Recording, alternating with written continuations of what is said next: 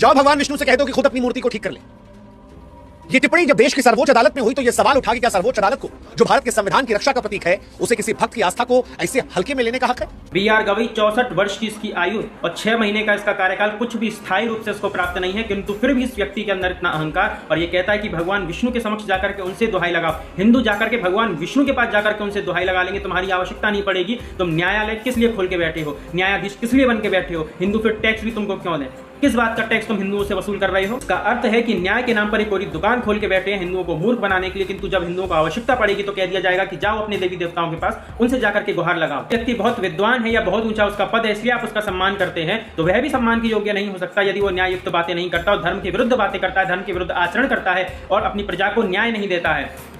जिस प्रकार से रावण भी बहुत बड़ा विद्वान था, किंतु धर्म के विरुद्ध ही उसके कार्य रहा करते थे, इसलिए आज भी रावण का पुतला जलाया जाता है। क्यों जलाया जाता है? रावण भी तो विद्वान था ना, तो उसकी पूजा क्यों नहीं कर लेते? जब उसको पूजनीय नहीं माना जा सकता तो रावण के आगे तो ये कुछ भी नहीं है, तो इनको पूजनीय कैसे माना जा सकता है?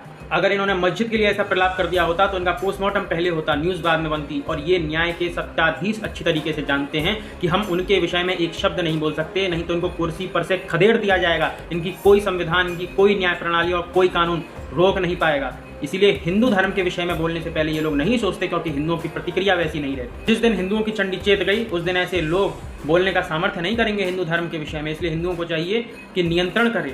इसलिए कहते हैं कि हिंदू धर्म का मजाक, अपने ही धर्म का मजाक ना बनाएं। शास्त्रों का नियमित रूप से अध्ययन करें और जानें कि हमारे शास्त्रों में क्या लिखा है, किस आधार पर क्या होना चाहिए। नहीं तो ऐसे लोग जो है हिंदू धर्म का मजाक बनाने के लिए ही बैठे। जय श्री कृष्ण।